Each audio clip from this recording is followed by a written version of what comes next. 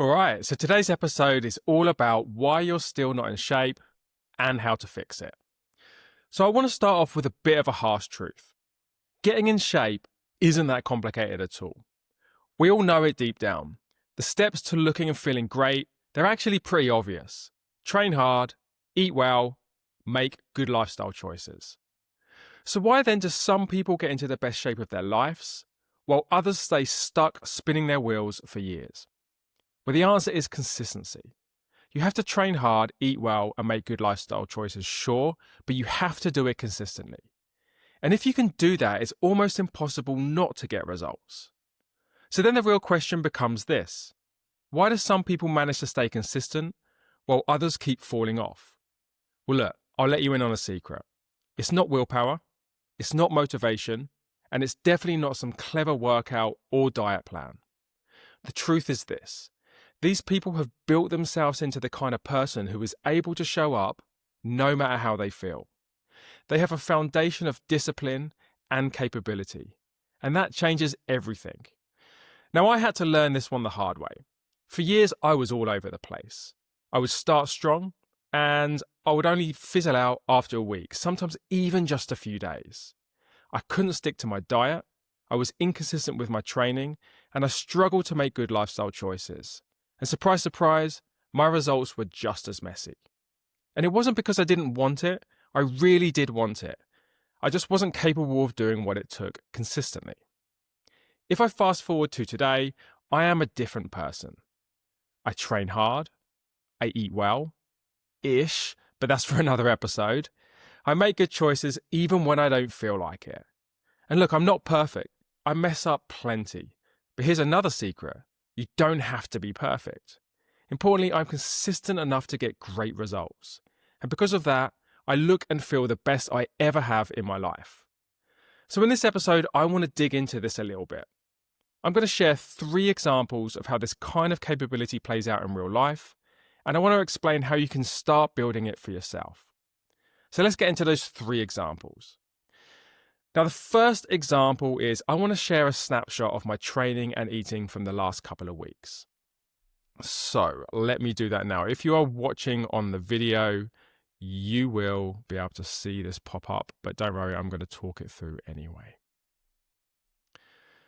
So you should be able to see that on the screen now. And you can see that this is my last 2 weeks of training and eating, and generally just like kind of lifestyle habits. So last week, which is in brackets week 1, you can see I trained 5 times. So I did 2 strength training sessions, 2 1-hour cardio zone 2 sessions, and also a conditioning session. So 5 training sessions for the week, pretty standard for me. I did 9.5K steps on average. I slept 6:49, a little low for me, but pretty good still. I didn't track my eating. And like I said, I'm not perfect, and my eating got a little astray last week. I mean, it was probably about okay, but I went off track here or there, and I didn't track everything. So not a perfect week on the nutrition front, but generally speaking, a super active week with training and steps and some solid sleep. If you look at the week before that, same type of story. This is the one in brackets week 4. 5 sessions, 2 strength, 2 60-minute sessions of zone 2 and a conditioning workout.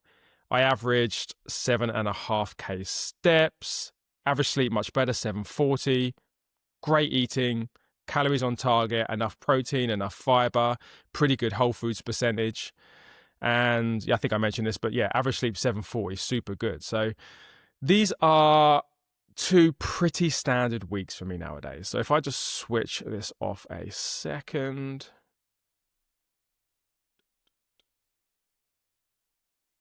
Cool. So I still get a bit blown away when I look at what I get done in a typical week now. And the crazy thing is this. These kind of weeks are pretty normal for me now. Now, I'm not saying it's easy. There was quite a lot there. But also, it's generally not hard for me to sustain weeks like this anymore. And that wasn't the case a few years ago. Back then, I would have been lucky to hit even half of that, and only if everything lined up perfectly. So what changed? Well, no surprise, I built 7 foundational health habits into my life, and they made all of the difference. These habits are what makes this level of consistency feel automatic now. And like I said before, it's not about willpower or being fired up. It's about the fact that those habits built capability and discipline for me. And that capability and discipline was built slowly and deliberately over time. So that's the first example. 2 weeks, my last 2 previous weeks, but really kind of those weeks are pretty standard for me. And the difference between now and how I used to behave is really the foundational health habits. You can see the difference is night and day. Example number 2, the marathon runner. So look, you've probably seen this before, and maybe you've even lived it yourself. Someone signs up for a marathon, and suddenly they're training like a mad person, training like never before. Sometimes actually they go from completely sedentary to running most days, often for a period of months. And they totally pull it off. They finish the marathon, which by the way is an epic achievement. But then what happens? Usually they stop. Training tends to fall off a cliff, and the motivation just seems to vanish. Now, why is that? Well, if they were able to train so consistently before the marathon, why don't they keep going afterwards? Well, look, I have a theory. I think that they were being pulled forward by external accountability. The fear of failing publicly, the fixed deadline, the pressure, and often the charity donations.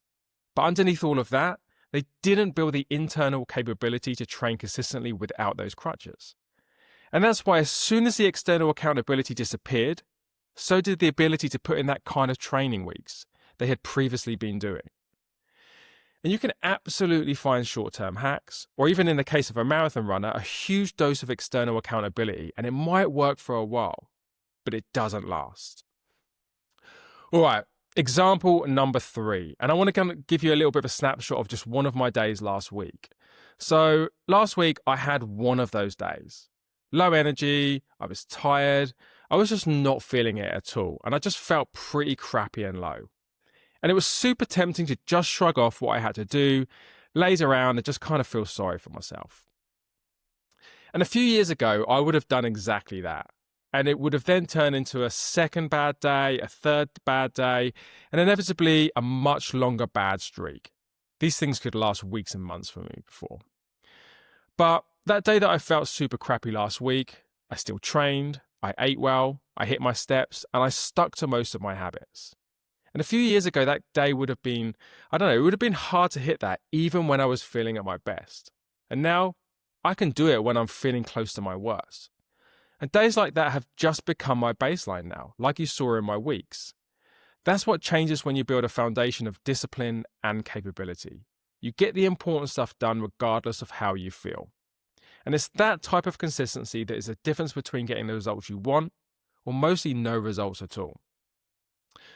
So look, there you have it. I hope these examples really drilled in how critical it is to build foundational health habits into your life. Most people aren't getting the results they want because they're shying away from building that capability. Or actually, in most cases, they're not even sure that's what's missing. They're chasing the next quick fix instead of working on becoming someone who can actually do the work. And here's the harsh reality. If you haven't built yourself into someone who can do the basics consistently, no hack, no program, and no diet will work because you won't follow through long enough to see results. Instead, go back to the basics. Build your base. Rebuild yourself from the ground up into a different human being. Do that by building the 7 powerful foundational health habits into your life. When you do, you'll finally break the cycle and get into the best shape of your life. You'll feel capable and you'll start to feel in control. And I think you'll surprise yourself by just how consistent you'll be able to be. And I'm telling you, when you do this, you'll realize you've been playing on difficult mode this whole time. All right, see you in the next episode.